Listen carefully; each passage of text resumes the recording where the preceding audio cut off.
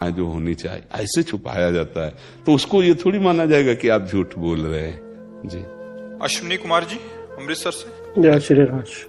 राधे राधे महाराज जी। महाराज जी, जैसे परा, पश्यंती, मध्यमा और वैखरी वाणी द्वारा भजन होता है, लेकिन मैं वैखरी और मध्यमा से आगे नहीं बढ़ पा रहा। महाराज जी मेरा मार्गदर्शन करें। जरूरत भी नहीं है, जरूरत भी नहीं है। अगर हम राधा राधा राधा राधा राधा राधा, तो आप देखो थोड़ा जब की बात अलग कहते, लेकिन जब आप बहुत समय राधा राधा, आपके दिमाग में राधा नाम चलने लगेगा। अभी पहले जबान से चलता है, ये पश्यंती का मतलब समझते हो, हमें वही राधा नाम दिखाई दे रहा है। राधा राधा राधा राधा, जब वाणी से शुरू करे ना, तो जैसे हम मानसिक नहीं कर रहे, और यहां से हम कर रहे हैं राधा राधा चल रहे, हमारे दिमाग में भी चल रहा है राधा राधा, देख रहे हैं राधा राधा राधा। तुम्हें पश्यंती करना नहीं होता, उसमें पहुंचना होता है। करना होता है वैखरी से। वैखरी से जब हम बहुत काल तक करते हैं तो वो मध्यमा में आ जाता है, कंठस्थ, कंठ में। पश्यंती हमारे दिमाग में, परा अब नस नाड़ियों में समा गया नाम, मूलाधार केंद्र के पास ही परावाणी चलना, ये सिद्ध पुरुष में होता है। हमको जरूरत नहीं है, हमको जरूरत है स्मरण करने की। स्थिति अपने आप आ जाएगी। हम स्थिति के लिए परेशान होंगे तो कुछ दिन बाद हमारी अश्रद्धा हो जाएगी कि हमें कोई चमत्कार नहीं दिखाई दे रहा, हमारी कोई स्थिति नहीं आ रही। जिब्या से निकल रहा है ना, बस अहो बत स्वपचतो गरीयान यद जिभ्याग्रे वर्तते नाम तुभ्यम। देहूति जी भगवान कपिल देव जी, वो धन्य है, वो श्रेष्ठ है, भले वो कितने भी नीच अवस्था में रहा हो, लेकिन गरीयान सर्वश्रेष्ठ जिसकी जिभ्या पे नाम चल रहा है। पहले वैखरी होती है ना, तो वैखरी में हम पहले चले। फिर जैसे जप के 3 प्रकार बताए गए हैं, वाचिक, उपांश और मानसिक। तो हम पहले वाचिक पर जोर दें, बिना वाचिक के उपांश पर नहीं पहुंच पा सकते। तो वाचिक नाम जब होता, मंत्र उपांश ही शुरू होता है। जैसे मंत्र है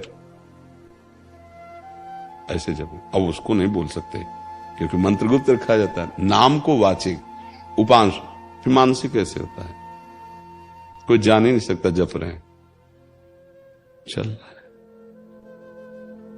आंखों से वही दिखाई दे रहा है। श्रवण इंद्रिय अंतर्मुखी, वो सुन रही है, एक एक अक्षर, एक एक मात्रा हमारे सामने है।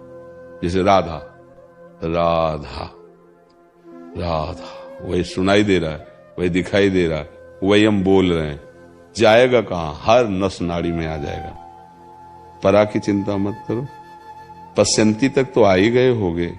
आप देखो ना, जब आप नाम जप करते हो तो वही नाम सामने आता है कि नहीं दिखा, दिमाग में नाम चल रहा है कि नहीं चल रहा। अब देखो, अगर नहीं चल रहा तो अभी श्रेष्ठ अभ्यास में नहीं आए हो। अगर आपका वाचिक चलने लगा है, उपांश चलने लगा है, मतलब मध्यमा तो पश्यंती तो अपने आप आ जाएगा, नहीं आ जाएगा। अब दिमाग में नहीं चल रहा राधा राधा राधा, मतलब जो नाम जपा जाता है वही लिखा दिखाई दे रहा है, वही दिमाग में घूम रहा है, ऐसा नहीं चल रहा क्या? हाँ, तो अभ्यास की कमी, अभी और अभ्यास बढ़ाइए।